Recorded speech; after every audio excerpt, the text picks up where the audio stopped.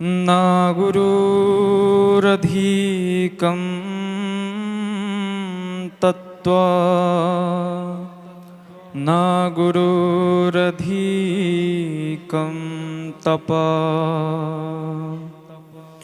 तत्त्वज्ञानात् परं नास्ति। तस्मै श्री गुरुवे नमः। वन्देऽहं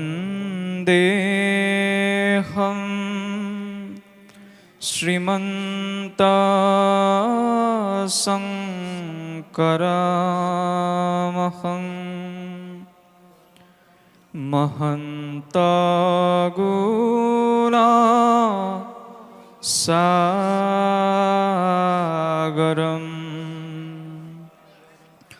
कलियुगा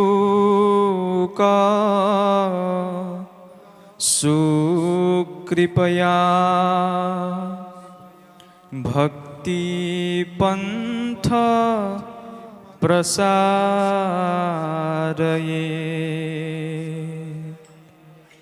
श्री चैतन्य हरिव्यास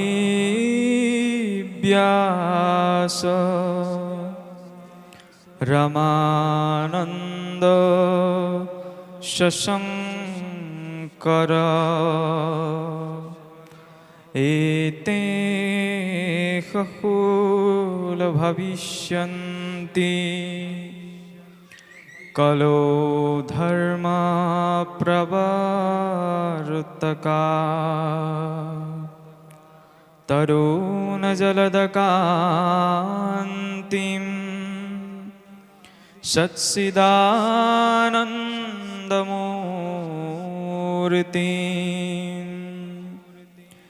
ललितमधुरभावं श्यामलं कोमलांगं नतवरवररूपं कौतिकन्दर्पभूपं त्रिभुवनधनसारं नौमि नन्दकुमारम्।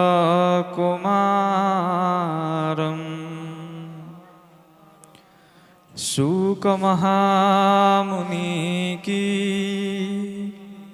पदकमल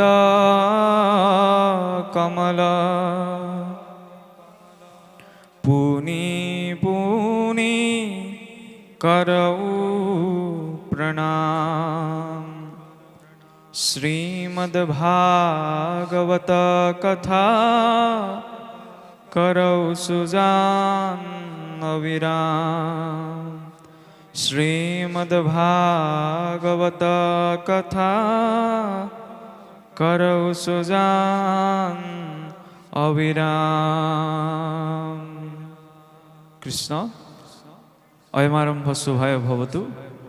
पोनप्रथमते गुरु परम गुरु परमेष्टि गुरु समन्वित भक्त हृदय निकुंज मन्दिराधीश्वर साक्षात मन्मथ स्वरूप যোগীন্দ্ৰ মুনীন্দ্ৰ সকলৰো যিজন ধ্যানৰ মূল কেন্দ্ৰবিন্দু ভাগৱতোক্ত সেই ব্ৰহ্মবিদ্যাৰ লক্ষ্য স্বৰূপ এই সত্য জ্ঞানন্দ ঘন নিখিল বিশ্বৰ স্বজনকৰ্তা ইষ্টপ্ৰভু শ্ৰী গোবিন্দৰ চৰণত সেৱা অৰ্পণ কৰাৰ লগতে আজি এই ধলপুৰ পচুৱা গাঁৱৰ নামঘৰত সেৱকী প্ৰশান্ত বৰুৱাৰ দেৱৰ মনৰ সংকল্পত এই পবিত্ৰ হৰিগৃহত যি নামসিংহৰ প্ৰতীকপট স্থাপন কৰা হৈছে তাৰ লগত সংগতি ৰাখি এই স্থূল বৈকুণ্ঠ স্বৰূপ পবিত্ৰ হৰিগৃহত উপবিষ্ট হৈ থকা আসনাধীষ্ঠ শুকব্যাস স্বৰূপ পাঠকীদ্বয়কে প্ৰমুখ্য কৰি বৈকুণ্ঠৰ পাৰিষদ স্বৰূপ আপোনাসৱ ভক্ত বৈষ্ণৱবৃন্দ ব্ৰজৰ গোপী সদৃশ আই মাতৃসকল আৰু ভগৱন্ত গোবিন্দৰে নিত্য সংগী গোপবালক স্বৰূপ যুৱবন্ধুসকল সমন্বিতে সবাৰে অগ্ৰত আমি সেৱা ধৰিছোঁ। আৰু যাই হওক এতিয়া আপোনাসৱ সকলোৱে এই কথা বিদিত যে শ্ৰীমদ ভাগৱতৰ দ্বাদশ স্কন্ধৰ মাৰ্কণ্ডেয়ৰ ভগৱত মায়া দৰ্শন অধ্যায় পাঠ হৈ আছে। ঠিক উপদেশৰ পাছতেই ব্ৰহ্ম উপদেশ। মহামণি শুকদেৱে মহাৰাজ পৰীক্ষিতক ব্ৰহ্ম সম্পৰ্কত দিয়া উপদেশৰে মূল দ্বাদশৰ কথা সমাপন ঘটে। এতিয়া দ্বাদশ স্কন্ধ ভাগৱতৰ কথা ক'বলৈ যাওঁতে আমি যদি চাওঁ, ভাগৱতত যি 10 লক্ষণৰ কথা কোৱা হৈছে, সেই 10 লক্ষণ আৰম্ভ হৈছে তৃতীয়ৰ পৰা। প্ৰথমত উদ্দেশ্যক দেখুওৱা হৈছে প্ৰথম স্কন্ধত। সেইবাবে যদি আমি চাওঁ, সেয়া ঋষিসকলৰ প্ৰশ্নই হওক, ব্যাস নাৰদৰ সংবাদেই হওক, মৃত্যু শয্যাত পৰি ভগৱন্তৰ দৰ্শনৰ হাবিয়াস থকা পিতামহ ভীষ্মৰ কাতৰ প্ৰাৰ্থনাই হওক, দ্বাৰকালৈ উভতি যোৱা ভগৱান কৃষ্ণক তেওঁৰ সমীপত আৰু কিছু সময় ৰৈ যাবলৈ অনুৰোধ কৰা দেৱী কুন্তীৰ স্তুতিয়েই হওক, আৰু একেবাৰে শেষত মহাৰাজ পৰীক্ষিতৰ শুকদেৱৰ সন্মুখত মৃত্যু অভিমুখী নৰলোকে জীৱনত পালন কৰিবলগীয়া উদ্দেশ্যভিত্তিক প্ৰশ্নই হওক, তাত প্ৰতিটো প্ৰসংগতে শ্ৰীমদ ভাগৱতৰ উদ্দেশ্য দেখুওৱা হৈছে। সেই অধ্যায়কেইটিয়ে আমাক বুজাই যে শ্ৰীমদ ভাগৱত কিয় দিয়া হ'ল, কাৰ বাবে দিয়া হৈছে, আৰু তাৰ জৰিয়তে কি প্ৰাপ্ত হ'ব। যেতিয়ালৈকে উদ্দেশ্য স্পষ্ট নহয় তেতিয়ালৈকে কৰ্মসিদ্ধি নহয়, নহয় জানো? অধিষ্ঠানম তথা কৰ্তা কৰণম্য পৃথক বিধম বিবিধাস্ত পৃথক চেষ্টা দৈৱ শৈবাত্ম পঞ্চমম। অৰ্থাৎ প্ৰথম অধিষ্ঠান, ব্যক্তিজনে নিজৰ স্থিতিটো নিৰূপণ কৰাটো প্ৰয়োজন যিকোনো কাম কৰাৰ ক্ষেত্ৰত। তাৰ পাছতে কৰ্তাজনৰ ভাৱ, মই কামটো মনতে ভাবিছোঁ কৰিম বুলি, কিন্তু মোৰ ভাৱটো আছেনে নাই কৰ্মটোৰ প্ৰতি, সেইটোতো লাগিব।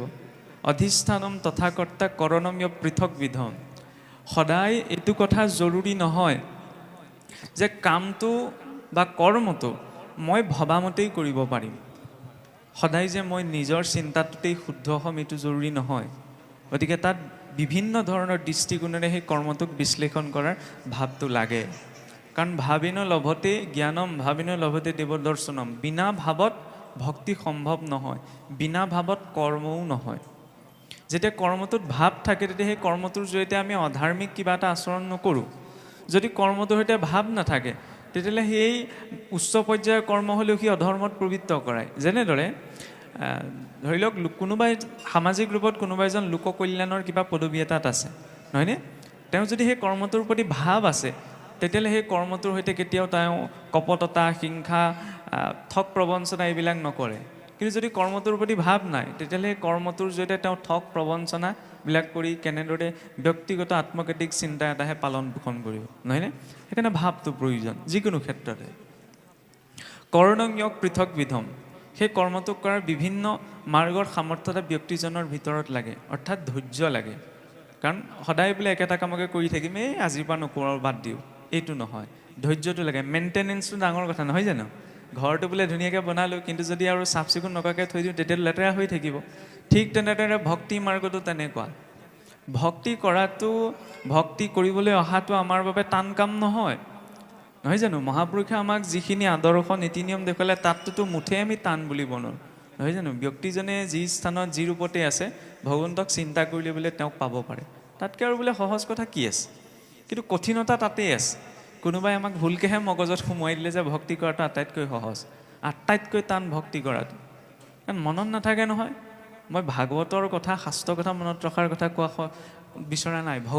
ভগৱন্তকে মনত নাথাকে। কাৰোবাক কিবা এটা কওঁতে, কিবা এটা খাওঁতে, কিবা এটা চিন্তা কৰোঁতে, উজুতি এটা খাওঁতে পটককৈ ভগৱানৰ কথা মনলৈ নাহে বা ভগৱানৰ স্বৰূপটো মনলৈ নাহে। সমস্যাটো সেইখিনিত। কাৰণ শ্ৰৱণ কীৰ্তনেও পূৰ্ণতা তেতিয়াহে পায় যেতিয়া তাত চিন্তনটো যুক্ত হয়।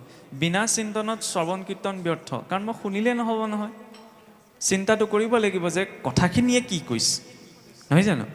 কীৰ্তন মই মুখেৰে গালেই নহ'ব নহয়, মই মুখেৰে যিখিনি কথা প্ৰকাশ কৰিছোঁ সেই কথাখিনিয়ে ভগৱানৰ যিটো স্বৰূপ, যিটো দিব্য লীলাৰ কথা বৰ্ণনা কৰিছে, মোৰ মানৱ পটত সেইখিনি ভাহি উঠিব লাগিব। মই মুখেৰে ৰাম নাম লৈছোঁ, কিন্তু মনত যদি বেয়া ভাৱ এটা চিন্তন হৈছে সেই ৰূপতে মই ফলটো পাম। সেইকাৰণে চিন্তনৰ গুৰুত্ব তাতো আছে, হয়নে? বিবিধাস্য পৃথক চেষ্টা দৈৱ শৈবাত্ম পঞ্চমম। চতুৰ্থতে কি ক'লে? কৰ্মটো কৰিবলৈ যাওঁতে ইন্দ্ৰিয়বিলাক অনুকূল হোৱাটো প্ৰয়োজন। কালিলৈ মোৰ পৰীক্ষা আছে, মই জানো যে আজি যদি ৰিভিজন এটা নিদিওঁ তেতিয়াহ'লে কাইলৈ হয়তো মই ধৰি লওক পৰীক্ষাটো ভালকৈ লিখিব নোৱাৰিম। কিন্তু সেই কথাটো জনাৰ পাছত যদি মই টিভিটো লগাই পেলাই বহি আছোঁ, মানে কি মই জানিছোঁ যে কাইলৈ মোৰ পৰীক্ষা আছে, কিন্তু মোৰ ইন্দ্ৰিয়বিলাক অনুকূল নহয়, সেইকাৰণে চাবলৈ মন গৈছে কাৰণে টিভিটো লগাই চাই আছোঁ, হয়নে? ঠিক তেনেদৰে ভক্তি মাৰ্গত আমি জানো ভক্তি আমি কিয় কৰিব লাগে বোলে ভগৱন্তৰ প্ৰাপ্তিৰ বাবে, কিন্তু আমাৰ কেতিয়াবা ইন্দ্ৰিয়বিলাক অনুকূল নহয়। সেইবাবে আপোনালোকে অসন্তোষ নকৰিব। আনুষ্ঠানিকতাত ভক্তিৰ নামত আমাৰ যিখিনি হয় সেইখিনি ভোগহে, আনুষ্ঠানিকতাত কেৱল ভোগহে আছে। সৰ্বমাৰ্গেষু দুষ্টেষু কলৌষু খলু ধৰ্মিনী, যে কলিযুগত এনেকুৱা এটা মাৰ্গ নাথাকিব যিটো মাৰ্গত দুষ্টতা প্ৰকাশ নাপাব। কিন্তু তাৰ মাজত তেতিয়াহ'লে কি আমি কলৈ যাম, কি কৰিম? ৰাজহংসৰ দৰে স্বভাৱ। ৰাজহংস বা হাঁহজনীয়ে কি কৰে? বোকা পানীত চৰি থাকোঁতে বোকা পানীখিনি খাওঁতে একেলগে খায়, কিন্তু বোকাখিনি উলিয়াই দিয়ে, পানীখিনি নিষ্কাশন কৰি খায়, হয়নে? ঠিক ধৰ্ম বুলি ক'লেও, আধ্যাত্মিকতা বুলি ক'লেও নিৰ্দিষ্ট এটাৰ পৰাই আমি সকলো পাম, এইটো ধাৰণা ভুল। সকলোৰে পৰা শিকিবলগীয়া আছে, নহয়নে? ভাগৱতে সেইকাৰণে সমাজৰ আটাইতকৈ পৰিত্যক্ত বিষয়টোকো নিজৰ মাজত সাঙুৰি লৈছে। কিন্তু কেতিয়াবা আমাৰ ধৰ্মৰ নামত ভাগ বিতৰাবিলাক বেছি হৈ যায়। এওঁ আমুকৰ, তেওঁ তামুকৰ, তেওঁ আমাৰ পন্থৰ নহয়, আমাৰ পন্থৰ ইত্যাদি ইত্যাদি বিষয়বিলাক। জৰুৰী নহয় সকলো এটা পন্থ বা এটা মাৰ্গত থকাটো। স্কুল কলেজ চবৰে বেলেগ, কোনেও এক কৰিব নোৱাৰে। আৰু ইতিমধ্যে ভাগ হ'লেই আৰু আমি লেকচাৰ দি নাথাকোঁ কিয় সমাজবিলাক এক হ'ব লাগে, এক হ'ব নালাগে। লাভ নাই, সমাজ কাহানিও এক নহয়, সেইটো ধ্ৰুৱ সত্য কথা। এক হ'ব কোনখিনিত হ'ব জানেনে? আজি মই ধৰি লওক মই বেলেগ এটা মাৰ্গৰ, আপুনি বেলেগ এটা মাৰ্গৰ, তেওঁ বেলেগ এটা মাৰ্গৰ। আমি এক কোনখিনিত হ'ম? এই আনুষ্ঠানিকতাত। অনুষ্ঠানটোত বহি থাকোঁতে আমি একেলগে বহি থাকিম, কিন্তু অনুষ্ঠানটোৰ পৰা যেতিয়া উভতি যাম, মই মোৰটোত যাম, আপুনি আপোনাৰটোত যাব, তেখেত তেওঁৰটোত যাব, হয়নে? সেইটো বাস্তৱিকতা।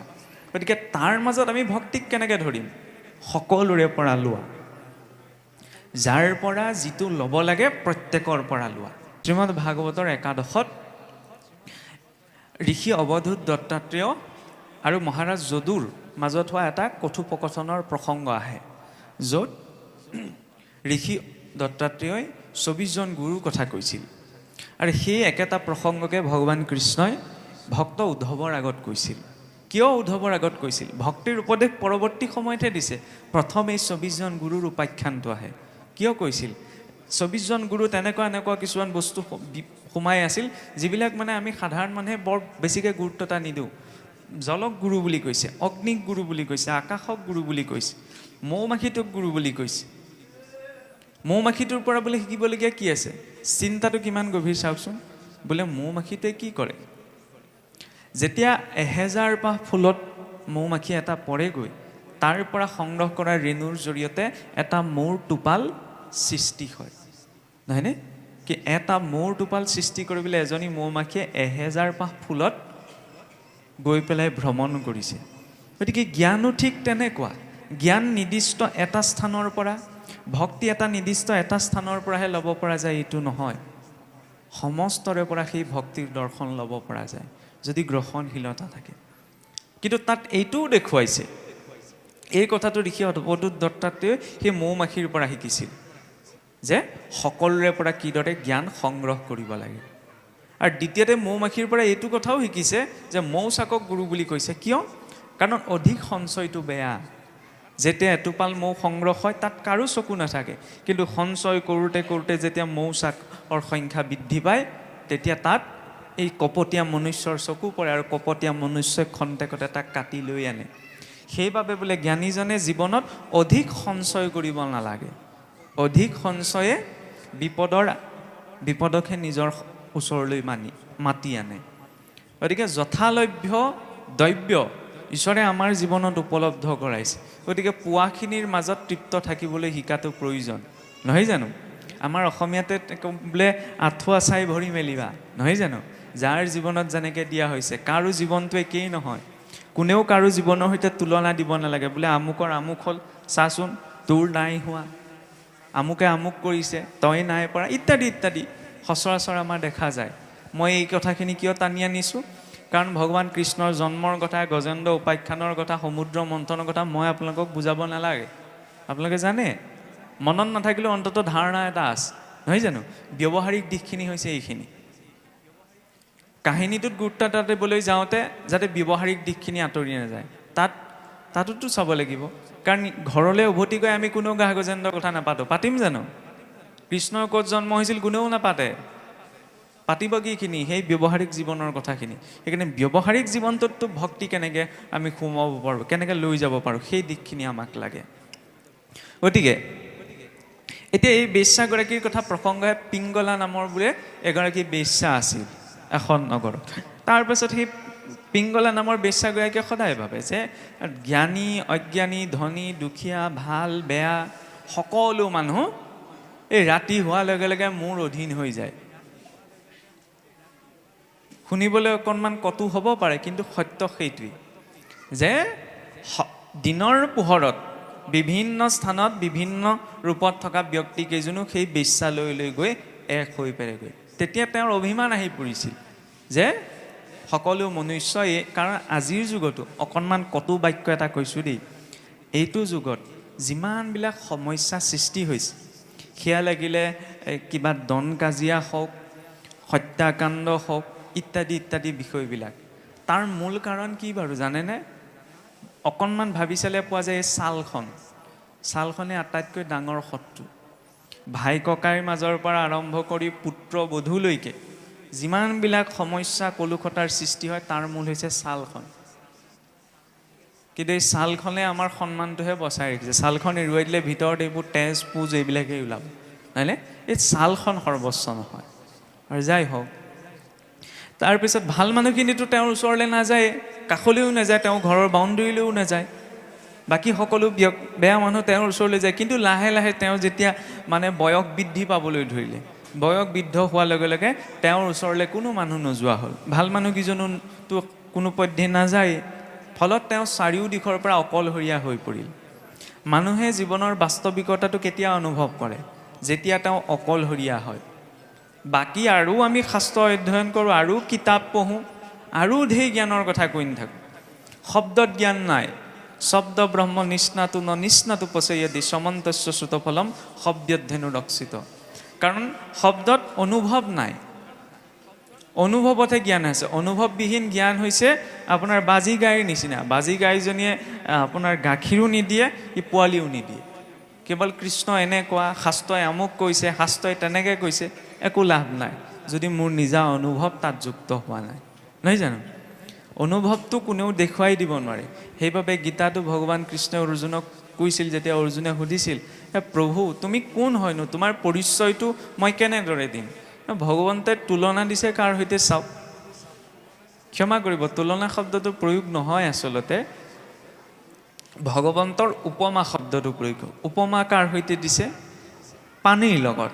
যে ৰসা আপসু কুন্তেয়, যে মই পানীৰ সোৱাদটো। পানীৰ জানো সোৱাদ থাকে? পানীৰ সোৱাদ নাথাকে। কিন্তু পানীৰ এইটো প্ৰকৃতি থাকে। পানীত চেনি দি দিলে সি চেনিৰ মিঠা সোৱাদটো লৈ লয়, নিমখ দি দিলে সি নিমখীয়া সোৱাদটো লৈ লয়, নহয় জানো? ঠিক তেনেদৰে ভগৱান বুলি ক'লে আমি যি বুজোঁ, ব্যক্তিজনৰ যিটো ভাৱ, সেই ভাৱ অনুসৰিয়ে ভগৱন্ত বিদিত হয়। ইয়ে যথা মাং প্ৰপদ্যন্তে তাংছ তথৈব মাং ভজাম্য। ভক্তজনৰ যেনে ধৰণৰ ভাৱ, মিঠা ভাৱ থাকিলে ভগৱন্তৰ প্ৰতি মিঠা ভাৱটো বৃদ্ধি পাব। ভগৱানৰ প্ৰতি কিছু টেঙা ভাৱটোও থাকে নহয়, টেঙা ভাৱটো থাকিলে সেই টেঙা ভাৱহে বৃদ্ধি পাব। গতিকে যেনে ধৰণৰ ভাৱ থাকিব, তেনেধৰণৰ অনুভৱেই বৃদ্ধি হৈ গৈ থাকিব। আৰু সেই অনুভৱৰ দিশত আগবাঢ়িবলৈ এই চতুৰ্থ যিটো কথা, বিবিধাস্য পৃথক চেষ্টা দৈৱ শৈৱাত্ম পঞ্চমম, যে ইন্দ্ৰিয়বিলাক অনুকূল হোৱা। মই ভক্তি কৰিবলৈ আগবাঢ়িছোঁ ঠিকেই, কিন্তু সেই ভক্তিত মোৰ ইন্দ্ৰিয়বিলাক অনুকূল হয় নে নহয়? ভক্ত প্ৰহ্লাদৰ ইন্দ্ৰিয়সমূহ অনুকূল আছিল, নহয়নে? সেইবাবে ইমানবিলাক কষ্ট পোৱাৰ পাছতো তেওঁ মনতো নাভাবিলে, এই কণা ভগৱানটোৱে মুখে পালেগৈনে, কোনটো জনমতনো কি পাপ কৰি থৈছিলোঁ, নিজৰ দেউতাৰ পৰা ইমানখিনি কষ্ট ভুগিব লগা হৈছে, নহয়নে? ইন্দ্ৰিয়বিলাক অনুকূল আছিল। প্ৰহ্লাদ বাদ দিয়ক, প্ৰহ্লাদটো এজন শ্ৰেষ্ঠ ভক্ত। হিৰণ্যকশিপুলে চাওক, সেইটোতো দৈত্য। দৈত্যটো ধৰ্ম কৰ্মটো একো আচৰণ নকৰে, নহয় জানো? এইটো সাধাৰণ মানুহেও জানে। কিন্তু সেই দৈত্যটোও যেতিয়া ব্ৰহ্মাক উপাসনা কৰি আছিল, ভৰিৰ ওপৰত, এই সোঁ ভৰিটোৰ ওপৰত থিয় হৈ উৰ্ধ বাহু কৰি বৃক্ষাসনত, ধেমালি কথানে? 1 মিনিট 2 মিনিট সময় নহয় নহয়। বোলে সহস্ৰ বছৰ ব্ৰহ্মাক উপাসনা কৰিছিল। তেওঁ অসুৰ আছিল, এইটো কথা বেলেগ। আমি গোসাঁই ঘৰ সোমাই খন্তেক ঈশ্বৰৰ ৰূপটো ভাবোঁ বুলি ক'লে সংসাৰৰ কি কি মনলৈ আহে ঠিক নাই, তাৰ উৰ পেলাব নোৱাৰোঁ। কিন্তু সেই একো নীতি নিয়ম নমনাত দৈত্যতেও যেতিয়া ব্ৰহ্মাক উপাসনা কৰিছে, গাত বোলে উই সাপলৈ ধৰি গৈছেগৈ, তথাপি বোলে উঠাই থোৱা ভৰি তললৈ নানামিলে, ঊৰ্ধ্ববাহু তললৈ নানামিলে। ধেমালি কথা নে? কক্ষীপই তেতিয়াহ'লে ধৰ্মকৰ্ম কৰিছিল জানো? ক'ৰ পৰা আহিল ইমান ধৈৰ্য? লক্ষ্যটো স্পষ্ট আছিল। কক্ষীপই কি বুলি ভাবিছিল? পাকে পকাৰে হ'লেও যেনে তেনে মোক ব্ৰহ্মাদেৱৰ পৰা বৰ লাগে, নহয়নে? লক্ষ্যটো য'ত স্পষ্ট আৰু শ্ৰেষ্ঠ হয়, তাত মানে পোৱা নোপোৱাবিলাকে প্ৰভাৱ পেলাব নোৱাৰে। সেই একেটা কথাকে আমি সমুদ্ৰ মন্থনত চাব পাৰোঁ। আমাৰ এতিয়া সমাজখন কেনেকুৱা হৈছে, সঁচা কথা ক'বলৈ গ'লে কি হয়, গুৰু একেজনেই, গুৰু একে গুৰুৰ নাম লওঁ, একেজন ভগৱানৰ কথা কওঁ, কিন্তু মিল নাই, নহয়নে? তাৰ মূলতে হৈছে কি, আমাৰ লক্ষ্যবিলাক স্পষ্ট নহয়। লক্ষ্যৰ স্পষ্টতাৰ গভীৰতাটো সমুদ্ৰ মন্থনত কেনেদৰে দেখুৱাইছে চাওক। এই দেৱতাসকলে ক'ব পাৰিলেহেঁতেন যে দৈত্যবিলাক আমাৰ চিৰবৈৰী, যি স্থানত দৈত্য থাকিব তাত আমি খোজ নিদিওঁগৈ, ক'ব পাৰিলেহেঁতেন নে নাই? আৰু ক'ব লাগিছিল, যি স্থানত দৈত্য থাকিব তাত দেৱতা কেনেকৈ থাকিব? আৰু দৈত্যসকলেও হুংকাৰ কৰিব লাগিছিল যে যি স্থানত দেৱতা থাকিব তাত আমি ভৰি নিদিওঁগৈ, মুখ নেচাওঁ দেৱতাৰ। জন্মৰ পৰা দেৱতাসকল আমাৰ চিৰবৈৰী। সমুদ্ৰ মন্থন কৰোঁতে দেখিলেনে? না দেৱতাসকলে একো মাত মাতিলে, না দৈত্যসকলে একে মাত মাতিলে, একে জেগাতে ৰৈ পেলাই সাগৰ মন্থন কৰি আছে। কিয় কৰি আছে? কিহে বাধ্য কৰালে? বাকীটোতো চাবলৈ গ'লে একোৱেই মিল নাই। দেৱতাসকল পূবে, অসুৰ পিছলে, কোনো মিল নাই, এটা কথাত মিল নাই। বোলে এইটো কথাতে মিল আছে তেতিয়া বেলেগ কথা, কিন্তু একে জেগাতে থাকি সমুদ্ৰ মন্থন কৰিলে, কাৰো মাজত হাই কাজিয়া নহ'ল। কিয়? লক্ষ্যটো শ্ৰেষ্ঠ আছিল। লাগে কি অমৃত। আমিতো ভগৱানক বিচাৰিছোঁ ন, আমাৰ লক্ষ্যটো অমৃত প্ৰাপ্তিতকৈও শ্ৰেষ্ঠ। কিন্তু কেতিয়াবা আমাৰ ভগৱন্ত লক্ষ্য নহয়, বেলেগ কিবা কিবা প্ৰাপ্তি হৈ যায়। আৰু সেই বেলেগ কিবা কিবি যেতিয়া প্ৰাপ্তিৰ লক্ষ্য হৈ যায়, তেতিয়া আৰু মিল থকা সম্ভৱ নহয়। মই মোৰটো এৰি নিদিওঁ, আপুনি আপোনাৰটো এৰি নিদিয়ে, নহয়নে? সমস্যা সেইখিনিতে, আৰু সেইটোৱে হৈ আছে। তাৰ বাবে ধাৰণা কিছুমান পৰিৱৰ্তন কৰিব লাগিব, নহয়নে? আৰু সেই ধাৰণাখিনি তেতিয়াহে পৰিৱৰ্তন হ'ব যেতিয়া আমাৰ ভিতৰত সেই ধৈৰ্য শক্তিটো থাকিব। আমি যেতিয়া ভাগৱত পঢ়ি পঢ়ি এইটো কথাই চিঞৰি চিঞৰি কৈছোঁ যে সকলো ঈশ্বৰৰ সৃষ্টি, সকলোকে ঈশ্বৰে সৃষ্টি কৰিছে, নহয়নে? তেতিয়াহ'লে মোৰ বিৰোধিতা কৰা ব্যক্তিজনো মোৰ ঈশ্বৰৰে সৃষ্টি, সেই বুলিও যেতিয়া মই ভাবিব পাৰিম, তেতিয়া আকৌ মই আপুনি মোক কেলে কৈছে, কেলে নক'ব, কিয় ক'বলৈ আহিছে, এই বুলি মই বাক বিতণ্ডা কৰিবলৈ নাযাওঁ, প্ৰথম কথা। দ্বিতীয় কথা, যদিহে মোক কোনোবাই কিবা কিবি কৈছে, নহয়নে, সেইটো মোৰ কৰ্মফল।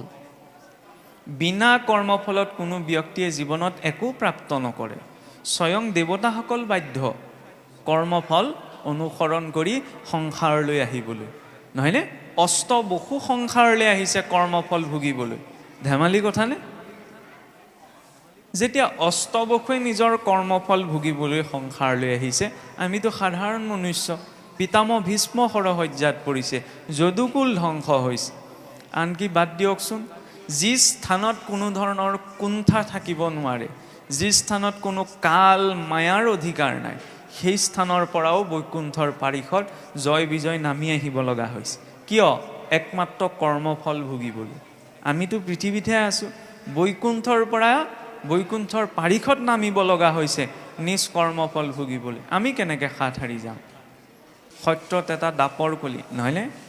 এই যে চাৰিওটা যুগ আছে, সময় ৰূপত চাৰি যুগৰ ব্যাখ্যাটোও বেলেগ, আৰু তাত্ত্বিক ৰূপত চাৰি যুগৰ ব্যাখ্যাটোও বেলেগ। ভাগৱতৰ বিষয়খিনি এতিয়া দুটা ভাগত ভাগ হৈ আছে, লীলা আৰু তত্ত্ব। খোজ কাঢ়িবলৈ যাওঁতে দুইটা ভৰিৰে সমানে কাঢ়িব লাগিব, নহয় জানো? লীলাটোক গুৰুত্ব এটা দি যদি তত্ত্বটোক বাদ দিওঁ তেতিয়া নহ'ব। কিন্তু পোনপ্ৰথমতে যদি লীলাক উপেক্ষা কৰি তত্ত্ব কথা লাগে, তত্ত্বজ্ঞান লাগে, তত্ত্বজ্ঞান লাভ নাই। ঈশ্বৰে এইখিনি লীলা যে আচৰণ কৰিছে এইখিনি কল্পনা নহয়। জন্ম কৰ্ম স্বমী দিব্যম য়ো বেতি তত্ত্বতঃ তক্তা দেহম পুনৰ্জন্ম নীতি মামিতি সৰ্জুন। যে ভগৱন্তৰ সেই গুণলীলাৰ তাত্ত্বিকতাটো যিজনে বুজিব পাৰে, তেওঁ অন্য সাধনা কৰিব নালাগে, সেই তত্ত্বজ্ঞানৰ আধাৰতে তেওঁ মুক্তিৰ অধিকাৰী হয়। এতিয়া মুক্তি বুলি কওঁতে আপোনালোকে ভাবিব পাৰে, কেতিয়াবা শুনিবলৈ পাইছেনে আমাৰ ভক্তি মাৰ্গত বৰকৈ কৈ থকা হয় যে প্ৰভু আমাক মুক্তিও নালাগে, নহয়নে? মুক্তিকো নালাগে, কিন্তু আপুনি মই মুক্তি নালাগে বুলি ক'ব নোৱাৰোঁ। যদি কৈছোঁ তেতিয়াহ'লে সেইটো এটা ভ্ৰমহে। কিয় ক'ব নোৱাৰোঁ? কাৰণ এতিয়ালৈকে আমি মুক্তিৰ অধিকাৰী হোৱা নাই। প্ৰথম মই চাকৰিটো পাব লাগিব, তাৰ পাছতহে মই কওঁ চাকৰিটো পালোঁ যেনিবা, তাৰপিছত মই ত্যাগ কৰিম যদি ইচ্ছা নাই। চাকৰিটো পোৱাই নাই, নোপোৱাৰ আগতে যদি মই কৈ থাকোঁ মোক চাকৰি নালাগে নালাগে, আপুনি ক'ব নাই প্ৰথমতে পাই দেখুওৱা, হয়নে নহয়? মুক্তিৰ অধিকাৰী হোৱাই নাই, আমি নিজৰ শৰীৰটোৰেই যোগ্য নহয়, মুক্তিৰ যোগ্য কেনেকৈ হওঁ? আমি এই জনমটো পাইছোঁ মুক্তিৰ বাবেই। পাছত যদি মুক্তিৰ স্থিতি প্ৰাপ্ত কৰাৰ পাছত মনত যদি এইটো ইচ্ছা নাথাকে যে প্ৰভু মই মুক্তিকো উপেক্ষা কৰিছোঁ, তেতিয়াহ'লে সেইটো বেলেগ কথা। কিন্তু স্থিতি সাপেক্ষে, নহয় জানো? পঞ্চম শ্ৰেণীত পঢ়ি থাকি মই আপোনাৰ গ্ৰেজুৱেশ্যন লেভেলৰ কথা এটা ক'লে নহ'ব নহয়, বা গ্ৰেজুৱেশ্যন লেভেলৰ ক্লাছ কৰিলে গ'লে নহ'ব নহয়। মুক্তি চৰম, তাতোতকৈ আৰু শ্ৰেষ্ঠত নাই।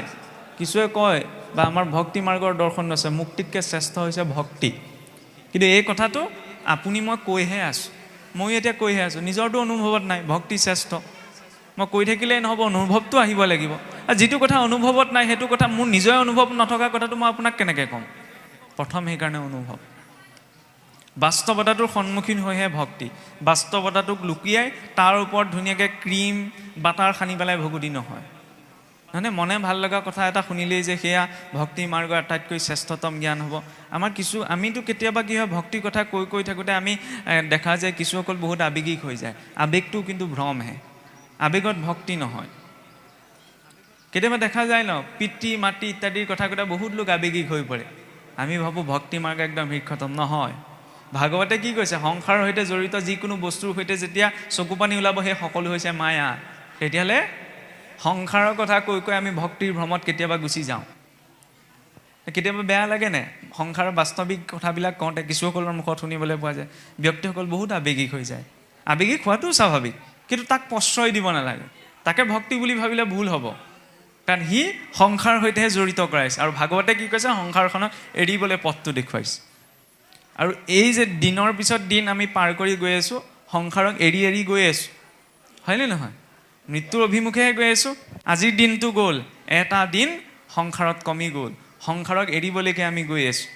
গতিকে যেতিয়া সংসাৰখনক এৰিব লগাটো বাস্তৱ সত্য, দ্বিতীয় এটা আৰু সত্য নাই তাতোতকৈ, তেতিয়াহ'লে এৰোতে ভালদৰে এৰিব লাগে।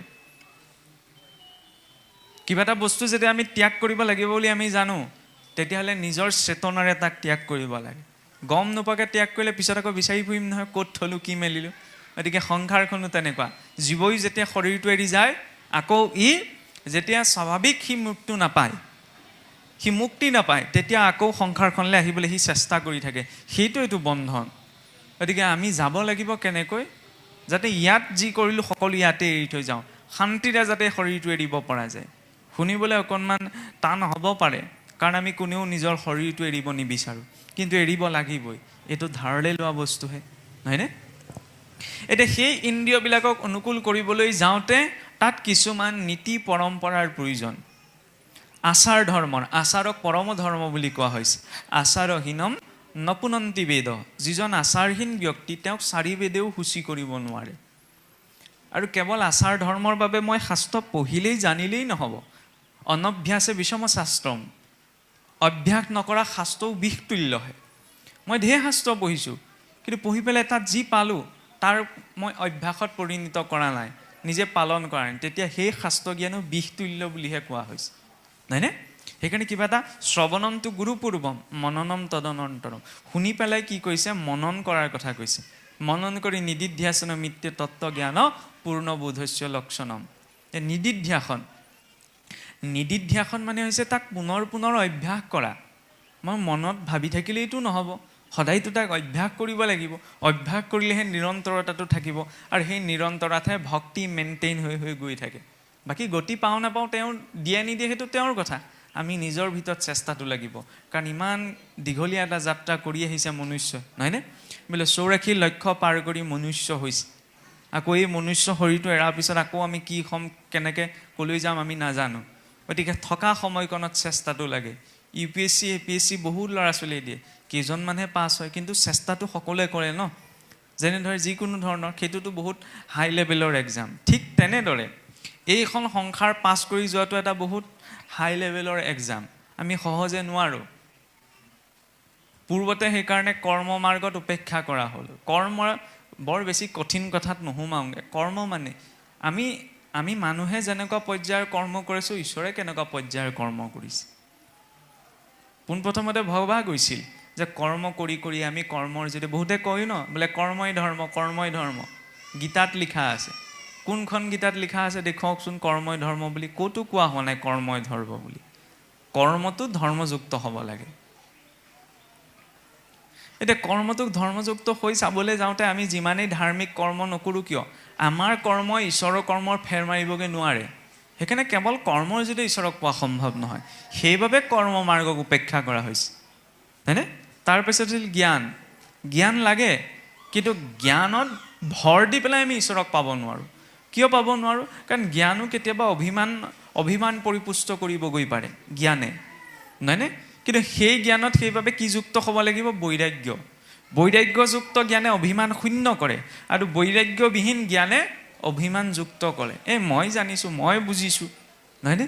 এই ভাৱনাটো আহিব পাৰে, কিন্তু তাত যদি বৈৰাগ্য আছে, সেইবাবে ভাগৱতৰ আপোনাৰ 6ষ্ঠ স্কন্ধত, ক্ষমা কৰিব, অষ্টমত যি মহাৰাজ ভৰতৰ উপাখ্যান পোৱা যায়, যি ভৰত গৈ পৰৱৰ্তী জন্মত জ্বৰ ভৰত হৈছিলগৈ, নহয়নে? পৰম জ্ঞানী, পৰম বিৰক্ত ভক্ত, মাটিতে বোলে যি দিয়ে তাকে খায়। বৈৰাগ্যৰ স্থিতি হৈছে সেইটো, য'ত মানে ধৰি লওক শৰীৰটোত থাকিব লগা বস্ত্ৰৰ প্ৰতিও কোনো ধৰণৰ ধ্যান ধাৰণা নাথাকে। ভুলকৈ নুবুজিব, উলংগতাৰ কথা কোৱা হোৱা নাই। অৱধূত আৰু উলংগ দুটা বেলেগ বস্তু। আনহাতে অৱধূত বেগ দিগম্বৰ, মহাদেৱক দিগম্বৰ কোৱা হয় ন। কিয়? দিগসকলক যাক যি নিজৰ বস্ত্ৰ কৰি লৈছে, দিগগণেই যাৰ বস্ত্ৰ, সেইজন হৈছে দিগম্বৰ। শৰীৰৰ কাৰণ যিদৰে আমি মায়ামোহ বুলি কৈ থাকোঁ, কাম ক্ৰোধ লোভ মোহ এইবিলাক বৰ্জন কৰিব লাগে, আমিতো কৈ থাকোঁ ন। লজ্জাও এক প্ৰকাৰৰ বন্ধন। সেই পূৰ্ণ বৈৰাগ্যৰ স্থিতিত সেই সকলো ত্যাগ হৈ যায়, যিটো আমি দশমৰ গোপীসকলৰ ক্ষেত্ৰত পাওঁ বস্ত্ৰহৰণ লীলাত, নহয়নে? ধানৰ বাকলিটো এইকাৰণেই থাকে তাৰ ভিতৰত থকা চাউলটো সুৰক্ষিত কৰিবলৈ। বহুতে আজিও ৰাসলীলা সমালোচনা কৰে যে কৃষ্ণ কেনেকৈ ঈশ্বৰ হ'ব পাৰে, বোলে পৰস্ত্ৰীৰ লগত নৃত্য কৰিলে। নহয়, ৰাসৰ মূল তাৎপৰ্য কি? তস্মাদা চক্ৰিয়া বিৰম্বনম কামজ্জয়া খ্যাপনা ইতি তত্ত্বম। সংসাৰ আটাইতকৈ যিটো শক্তিশালী, আটাইতকৈ যিটো প্ৰবল শক্তি, সেইটো হৈছে কাম। কামক সহজে বশ কৰিব নোৱাৰি, কাৰণ কামৰ প্ৰকট হৈছে স্বয়ং ভগৱন্তৰ চতুৰ্ব্যূহ, বাসুদেৱ, অনিৰুদ্ধ, শংকৰখন, প্ৰদ্যুম্নৰ অংশে কামৰ প্ৰকাশ। গতিকে বহুত উচ্চ পৰ্যায়লৈকে সেই কাম ভাৱ থাকে, কিন্তু সেই কামক জয় কৰাৰ কেলি হৈছে এই ৰাস ক্ৰিয়া। সেইকাৰণে চাবচোন ভগৱান কৃষ্ণই বোলে 16,000 গোপীৰ সৈতে, নহয়নে, বোলে ৰাসক ক্ৰিয়া কৰিছিল। 16,000 গোপীৰ তাৎপৰ্য কি? ভগৱান কৃষ্ণক কোৱা হয়, যদিও ঈশ্বৰৰ কোনো কলা নাই, কোনো গুণেৰে আমি তেওঁক বৰ্ণনা কৰিব নোৱাৰোঁ, কিন্তু ভগৱান কৃষ্ণৰ 16টি কলাৰ কথা শাস্ত্ৰত কোৱা গৈছে, নহয়নে? বোলে কৃষ্ণ পূৰ্ণ 16 কলাৰ কৃষ্ণৰ স্বৰূপটো। এতিয়া প্ৰতি 16 কলা সহিত আমাৰ এই যি ব্ৰহ্মতালু বা ব্ৰহ্মৰন্ধ, য'ত আমি ভগৱন্তৰ নিৰ্মালি লওঁ, যি অংশইদি জীৱ মাতৃগৰ্ভত প্ৰৱেশ কৰে, আমাৰ বিবাহিত আইসকলে যাৰলৈকে ক্ষীৰৰ সেন্দুৰকণ লয়, নহয় জানো, এই ব্ৰহ্মস্থান কোৱা হয়। এই ব্ৰহ্মস্থানত বোলে সহস্ৰদল পদ্ম, 1000টা পদুমৰ পাহি সদৃশ এটা মণ্ডল আছে, আৰু যাকে আমাৰ মণিকূট ভাগ কোৱা হয়, হয়নে? আৰু তাতেই প্ৰতি সহস্ৰদল, প্ৰতিটো পদ্মৰ কৰ্ণিকাত সেই পূৰ্ণ কৃষ্ণ ভগৱন্তই যেতিয়া 16 কলা সহিত বিৰাজ কৰে, তেতিয়াই সূক্ষ্ম ব্ৰহ্মাণ্ডৰ লগতে স্থূল ব্ৰহ্মাণ্ড বৰ্তি থাকে। সেয়াই হৈছে ৰাস। ৰাস মানে কেৱল এজন পুৰুষে নাৰী এগৰাকীৰ লগত কৰা নৃত্য বিশেষেই নহয়, সেয়া বাহ্যিক স্বৰূপটোহে। আমাৰতো কয় নহয় জীৱাত্মা পৰমাত্মাৰ লগত নৃত্য, কাৰণ আমি কিহৰ দিশে জীৱনটোত আগবাঢ়ি আছোঁ? ৰমণৰ দিশে। ৰমইতি ইতি ৰামঃ, সেইবাবে ৰাম শব্দৰ অৰ্থও কোৱা হৈছে য'ত ৰমণ কৰা যায়, আৰু সেই ৰমণত আনন্দ আছে। উপনিষদত সমূহক তাক ভূমানন্দ বুলি প্ৰকাশ কৰা হৈছে। আনন্দক ব্ৰহ্মেতি, আনন্দক ব্ৰহ্মৰ লগত তুলনা কৰা হৈছে, নহয়নে? জীৱনৰ উদ্দেশ্য কি? সেই আনন্দ প্ৰাপ্তি। আমি একোতে স্থিৰতা লাভ কৰিব পৰা, আমি সংসাৰখনত সুখ সম্পদ সকলো গোটাই লৈছোঁ, কিন্তু তৃপ্ত হৈছোঁ বুলি কোনেও ক'ব নোৱাৰে, নহয়নে? ভাৰতৰ ৰাষ্ট্ৰপতি প্ৰধানমন্ত্ৰীও ক'বগৈ নোৱাৰে যে সৰ্বোচ্চ পদত থাকিও আমি তৃপ্ত হৈ গ'লোঁ বুলি। নহয়, দিনক দিনে আমাৰ ইচ্ছাবিলাক বৃদ্ধি হৈ যায়, কাৰণ সেইটো সংসাৰৰ প্ৰকৃতি। ৰাষ্ট্ৰপ্ৰধান প্ৰধানমন্ত্ৰী দূৰৰে কথা, স্বয়ং ব্ৰহ্মাদেৱৰ পদবীত থকা সেই জীৱৰ পক্ষেও সম্ভৱ নহয় তৃপ্ত হৈ গ'লোঁ বুলি কোৱাৰ, কাৰণ যেতিয়ালৈকে ভগৱত প্ৰাপ্তি নহয়, ঈশ্বৰ প্ৰাপ্তি নহয়, কাৰণ পূৰ্ণত্ব ক'ত আছে? ভগৱন্তত, বাকী সকলো অপূৰ্ণ। সেইবাবেতো সংসাৰখনক দুঃখালয়ম অশাশ্বতম বুলি কোৱা হৈছে। এইখনত ক্ষয়ৰ প্ৰভাৱ আছে, লাহে লাহে ক্ষয় হৈ হৈ গৈ থাকে, এটা সময়ত নষ্ট হৈ যায়, পুনৰ আকৌ ইয়াৰ সৃষ্টি হয়। কিন্তু ঈশ্বৰ কাহানিও সৃষ্টিও হোৱা নাই, তেওঁৰ শৰীৰত কোনো ক্ষয়ৰ প্ৰভাৱ নাই, তেওঁ চিৰন্তন। আৰু সেই চিৰন্তন সত্য বা সেই চিৰন্তন তত্ত্বক পালেহে জীৱ তৃপ্ত হ'ব পাৰিব। ফিৰিঙতিটো যেতিয়া জুইৰ সৈতে সংলগ্ন হয়কে তেতিয়াই পূৰ্ণত্ব প্ৰাপ্ত কৰিব পাৰে।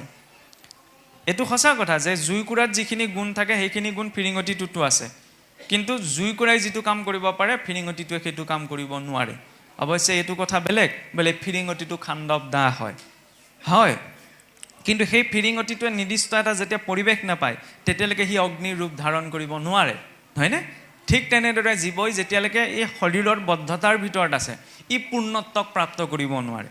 শৰীৰক এৰিহে পূৰ্ণত্ব প্ৰাপ্ত কৰিব পৰা যায়, নহয়নে? সেইবাবে আমি দীৰ্ঘায়ু হোৱাৰ আশীৰ্বাদ বিচাৰিব নালাগে।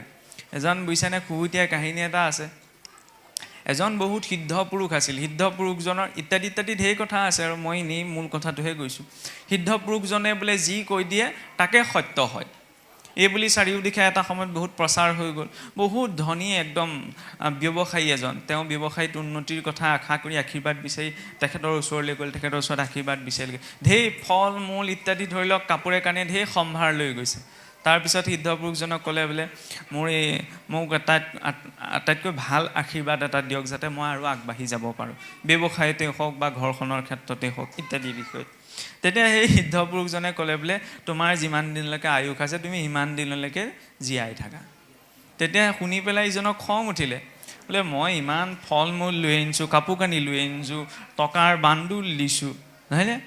মোক ভালকৈ আশীৰ্বাদটো দিব লাগিছিলে, কি অদৰকাৰী কথা ক'বলৈ আহিছে? মই ইমান দূৰৰ পৰা আপোনাৰ ওচৰলৈ ভাল আশীৰ্বাদ এটা বিচাৰিছিলোঁ, যিমান দিনলৈকে বোলে আয়ুস আছে সিমান দিনলৈকে ভালকৈ জীয়াই থাকা, এইটো আশীৰ্বাদ হ'লনে? তেতিয়া হয়, সেইটো আটাইতকৈ শ্ৰেষ্ঠ আশীৰ্বাদ, বোলে যিমান দিনলৈকে আমি জীয়াই থাকিম সিমান দিনলৈকে ভালদৰে জীয়াই থাকা। কাৰণ আমাৰ এই শৰীৰটো এটা সময়ত জন্ম হৈছে, এটা সময়ত মৃত্যু হৈ থাকিব। সংসাৰ আটাইতকৈ এইটো ডাঙৰ শ্ৰেষ্ঠ বৰ, হয়নে? কিয় বৰ বুলি কোৱা হৈছে? নহ'লে আপুনি ভাবি চাওকচোন, কেনেবাকৈ যদি আপোনাক মোক অমৰত্বৰ বৰ দিবলৈ হ'লহেঁতেন তেতিয়াহ'লে সংসাৰ আটাইতকৈ দুখ কোলাই পাচি নধৰাকৈ আমাৰ জীৱনলৈ আহিলেহেঁতেন। ভাবি চাওক, মই যেনিবা অমৰ, আজি মই যিটো অৱস্থাত আছোঁ অনন্ত কাললৈ মই এইটো অৱস্থাতে থাকিম নহয়, কম ডাঙৰ কষ্ট হ'বনে? একেটা অৱস্থাত অশ্বত্থামাক যিটো দিয়া হৈছিল, অশ্বত্থামাই ইমান প্ৰাপ্তিৰ ভাৱনাটো, ধন সম্পদ ৰাজ্য প্ৰাপ্তিৰ ভাৱনাটো মোৰ মন মগজুত ইমান বেয়াকৈ সুমুৱাই ল'লে যে সেই আই দ্ৰৌপদীৰ শুই থকা 5জন পুত্ৰক হত্যা কৰিবলৈ তেওঁ ভয় নকৰিলে, হয়নে? সেইবাবে ভগৱান কৃষ্ণই তেওঁক অমৰত্বৰ অভিশাপ দিছিল। অদ্ভুত লাগে, বাকীবিলাক সকলো কাহিনীতে আমি অমৰত্বৰ বৰ হিচাপত পাওঁ, অমৰত্বক আশীৰ্বাদ হিচাপত পাওঁ, কিন্তু ভগৱান কৃষ্ণই অমৰত্বক অশ্বত্থামাৰ ক্ষেত্ৰত অভিশাপ ৰূপত প্ৰদান কৰিছে।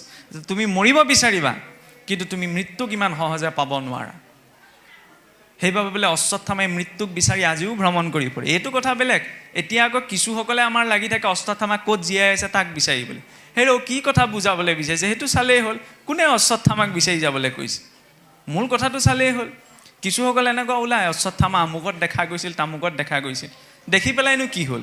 কোনোবাই যেনিবা দেখিলেই, অশ্বত্থামা নালাগে ভগৱানকো দেখিলে লাভ নাই যদিহে মোৰ অন্তৰখন শুদ্ধ নহয়। আৰম্ভণিতে কোৱা হৈছে নিৰ্মং চৰণাং চনাং, ভগৱন্তকতো দুৰ্যোধন দুঃশাসন ৰাৱণ এইবিলাকেও দেখিছিল, সেইবিলাকেওতো সশৰীৰে গতি পাব লাগিছিল বা পৰিৱৰ্তন হ'ব লাগিছিল, গতি পাইছে বাৰু সেইটো বেলেগ কথা, কিন্তু তেওঁলোকতো চিন্তাধাৰাবিলাক অন্ততঃ পৰিৱৰ্তন হ'ব লাগিছিল, চিন্তাধাৰাটো পৰিৱৰ্তন নাই হোৱা।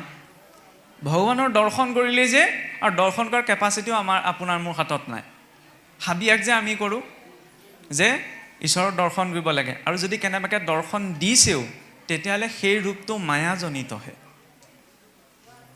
কাৰণ চাক্ষুক এই শৰীৰটোত থাকি পেলাই ভগৱত দৰ্শন সম্ভৱ নহয়। বোলে সম্ভৱ হ'ব? গীতাত কৈছে ভগৱন্তই নিজে সেই ব্যক্তিজনক জ্ঞান চক্ষু দিব লাগিব, যিদৰে অৰ্জুনক দিছিল। জ্ঞান চক্ষু, সকলোৱে জানে, হয়নে? কিন্তু জ্ঞান চক্ষু দিয়াৰ পিছত অৰ্জুনৰ অৱস্থাটো কি হৈছিল? অৰ্জুনে কি ক'লেগে? যে প্ৰভু তোমাৰ এই বিশ্বৰূপ সম্বৰণ কৰা, মই বেছি সময় চাই থাকিব নোৱাৰোঁ, তুমি দ্বিভুজ ৰূপলৈ গুচি আহা। অৰ্জুন এখন ইমান এজন শ্ৰেষ্ঠ ভকতৰ কেপাচিটি নাই ভগৱন্তৰ সেই দিব্য ৰূপটো জ্ঞান চক্ষু দিয়াৰ পাছতো দৰ্শন কৰিব পৰা। আমিতো সাধাৰণ মনুষ্য, গতিকে আমি সেই ইচ্ছাও কৰিব নোৱাৰোঁ। আৰু ভগৱন্ত আমাৰ জীৱনলৈ যে প্ৰত্যক্ষ ৰূপত আহে, এইটো ভগৱন্তৰ আটাইতকৈ ডাঙৰ কৃপা। কেনেবাকৈ যদি সন্মুখলৈ আহিবলৈ হয়, সকলো শেষ সেইখিনিতে। ভগৱন্তক দৰ্শন পালে বোলে সকলো শেষ। আপুনি ভাবি চাওক, শাস্ত্ৰত আমাৰ পোৱা যায় নহয় যে ভগৱন্তৰ বোলে, আমাৰ দেখিছেনে এই ভাগৱত পাঠ কৰোঁতে, এই যেতিয়া মানে অখণ্ড ভাগৱত পাঠ পতা হয়, তেতিয়া চাবচোন ভাগৱতৰ বেদী এখন স্থাপন কৰা যায়, দেখিছেনে? আজিকালি ডেক'ৰেশ্যন হৈ পৰিল যেনিবা, প্ৰিণ্ট কৰি লৈ আনিলে শংখ চক্ৰ গদা পদ্ম, টিপাল পৰা দি পাৰি দিলে, তাত চাকি জ্বলাই দিলে, হৈ গ'ল আৰু। এই আপোনাৰ ডিম লাইট দুটামান লগাই দিলে, সেইখন বেদী নহয়। সেইটো মাত্ৰ এটা আনুষ্ঠানিকতা ৰক্ষা কৰিবলৈ সজোৱা ব্যৱস্থা। আগতে চাবচোন, এতিয়াও কিছু কিছু সমাজত ব্যৱস্থা আছে। ভকতসকলে ভাগৱত পাঠৰ সেই সংকল্প অধিবাসৰ দিনা আগদিনা কি কৰে, সংকল্প লৈ পেলাই সকলো বস্তু যা যোগাৰ কৰালৈ বেদীখন নিৰ্মাণ কৰে, নহয়নে? ভগৱন্তৰ প্ৰতীক ৰূপত সেই প্ৰথমতে প্ৰণৱ ওমকাৰ, তাৰ শংখ চক্ৰ গদা পদ্ম যে আঁকে, দেখিছেনে? ৰঙৰ গুৰিতে এনেদৰে। আজিকালি নাইকিয়া হৈ গ'ল। আজিকালি সেই প্ৰিণ্ট আউট ওলালে, ফ্ৰেম এটা, কাঠৰ ফ্ৰেম এটা বনাই আনে আৰু বহুৱাই দিয়ে, হৈ গ'ল। সেই বেদীখন কিয় স্থাপন কৰা যায়? তাৰ তাৎপৰ্য এইটো যে যিকেইদিনৰ ভাগৱত বৈকুণ্ঠৰ বস্তু, নহয়নে? সেই বৈকুণ্ঠৰ বস্তুক মণিকূট স্বৰূপ বৈকুণ্ঠৰ পৰা সমস্ত ভক্তজনসকলৰ বাবে নমাই অনা হৈছে। নমাই আনিবলৈতো ঈশ্বৰক পথ এটা দিব লাগিব, আৰু সেই প্ৰতীক ৰূপত সেই বেদীখন স্থাপন কৰা হয়। তাৰ সন্মুখত আমাৰ মহাপুৰুষৰ আদৰ্শত যি 4 শাস্ত্ৰক 4 বেদৰ লগত তুলনা কৰা হয়, যিদৰে 4 বেদ আমাৰ মূল বৈদিক ধৰ্মৰ আধাৰ, ঠিক তেনেদৰে বোলে মহাপুৰুষৰ ধৰ্মৰ আধাৰ এই কীৰ্তন, দশম, ঘোষা, ৰত্নাৱলী। তাৰপিছত 4 শাস্ত্ৰ স্থাপন কৰে, নহয় জানো? সেই বেদী স্থাপন কৰাত সেই ভগৱন্তৰ সেই শংখ চক্ৰ গদা পদ্ম কিয় অংকন কৰা? সেয়া প্ৰতীক যে ভগৱন্ত আহিছে, নহয়নে? তাত চাবচোন, সাধাৰণতে দুইফালে 16 গছ 32 গছ বন্তি জ্বলোৱা হয়। কিছু স্থানত আপোনাৰ 6 জন ভকত বুলি 6 গছ জ্বলায়, 14 পাৰিষদ বুলি 14 গছ জ্বলায়, এইটো কথা বেলেগ। কিন্তু পূৰ্ণ যিটো আৰ্হি, তাত 16 গছ 32 গছ বন্তি থাকে। কিয় থাকে? সেই 32 গছ বন্তিয়ে ভগৱন্তৰ 32 অলংকাৰক বুজায়। তেতিয়াহ'লে মানে ভগৱন্তই 32 অলংকাৰ পৰিধান কৰে। আমাৰ আইসকলেও সিমান অলংকাৰ পৰিধান নকৰে, কৰে জানো? 32 অলংকাৰ পিন্ধে জানো? নিপিন্ধে নহয়, নহয়নে? 16 শৃংগাৰহে আছে, ভগৱন্তইতো 32 প্ৰকাৰ অলংকাৰ পিন্ধে। এতিয়া সন্মুখলৈ আহিলে বিপদটো কি হ'ব? আপুনি ক'ৰবালৈ গৈ আছে, গৈ থাকোঁতে বৰ ধুনীয়াকৈ সজাই থোৱা ঘৰ এটা দেখিলে, চকুটো যায় নে নাযায় ঘৰটোলৈ? বোলে ঘৰটো দেখি ধুনীয়া লাগিছে দেই, নহয়নে? কোনোবাই যদি ভাল দামী পোচাক এযোৰ পিন্ধি আহিছে, ভাল বেয়া পিছত, প্ৰথমতে বুলিবা কাপোৰযোৰ ক'ৰ পৰা ল'লা, নহয়নে? কোনোবাই দামী মোবাইল এটা লৈছে, প্ৰথম চকু তালৈ যাব, নহয়নে? যিটো মনুষ্য ধুনীয়া ঘৰটো দেখি মোহত বদ্ধ হৈছে, যিটো মনুষ্যই ধুনীয়া পোচাকযোৰ দেখি চিন্তা কৰিছে ক'ৰ পৰা আনিলে কি কথা, নহয়নে? যিটো মনুষ্যই দামী মোবাইলটো দেখি চিন্তা কৰিছে, সেইটো মনুষ্যই ভগৱন্তই 32 অলংকাৰ পিন্ধি সন্মুখলৈ আহিলে লুড ল'ব পাৰিবনে? নোৱাৰে। সেইকাৰণে ভগৱন্ত যে প্ৰত্যক্ষ ৰূপত সন্মুখলৈ নাহে, বহুত ডাঙৰ কৃপা, আৰু অহাৰো প্ৰয়োজনীয়তা নাই, আমি নোৱাৰোঁ। সেইবাবে মাধ্যম দিয়া হ'ল তেওঁক প্ৰাপ্তিৰ। উপনিষদতো সেইবাবে, উপনিষদ বুলি কওঁতে এতিয়া নাভাবিব যে ভাগৱতৰ কথা কৈ থাকোঁতে আকৌ উপনিষদৰ কথালৈ কিয় গ'লগৈ। ভাগৱতনো কি? সৰ্ব বেদান্ত সাৰহি শ্ৰী ভাগৱত মিশ্যতি, সমস্ত বেদান্তৰ সাৰ, নহয়নে? গাখীৰকণ পাবলৈ গাইজনী লাগিব, গাইজনী নোহোৱাকৈ গাখীৰকণ নহয়। যদিও ঈশ্বৰৰ বৰ্ণনা কৰিছে, নেতি নেতি শব্দৰে বৰ্ণনা কৰিছে, এনে নহয় এনে নহয়, অৰ্থাৎ ভগৱন্তক আমি শব্দৰে বৰ্ণনা কৰি শেষ কৰিবগৈ নোৱাৰোঁ। তাৰ বাবে বিভিন্ন মাধ্যম দেখুওৱা হ'ল, আৰু সেই মাধ্যমত ভাগৱততো 81বিধ ভক্তিৰ কথা কোৱা হৈছে, আৰু সেই 81বিধ ভক্তিৰ ভিতৰত সংক্ষিপ্ত আৰু শ্ৰেষ্ঠ ৰূপত 9বিধ ভক্তি দেখুৱালে, নহয় জানো? আৰু 9বিধ ভক্তিৰ ভিতৰত শ্ৰেষ্ঠ ৰূপত বোলে শ্ৰৱণ কীৰ্তন দেখুৱালে। কিন্তু আমাৰ কি ভাবি থকা হয় সহজতে চাবচোন, শ্ৰৱণ কীৰ্তন কৰিলে বোলে বাকীখিনি ভক্তি কৰিব নালাগে, কিন্তু আমি এইটো পাহৰি যাওঁ যে শ্ৰৱণ কীৰ্তন অৰ্চন বন্দন দাস্য সখিত্ব আত্মনিবেদন এই গোটেইকেইটা ভক্তিৰ ধাৰা ইটো সিটোৰ সৈতে সংযুক্ত হৈ আছে।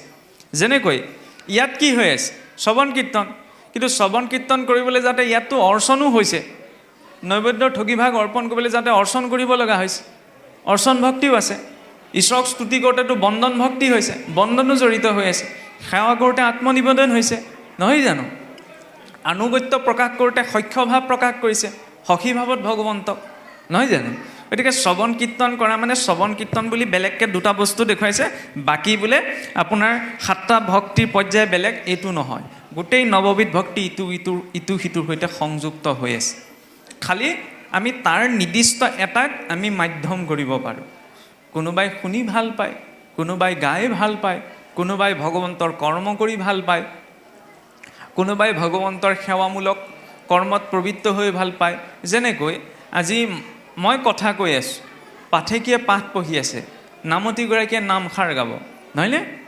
যিজনে বোলে নামঘৰ সেৱা শৰাব মোচা কামত জড়িত হৈ আছে, সেয়াওতো ভক্তি।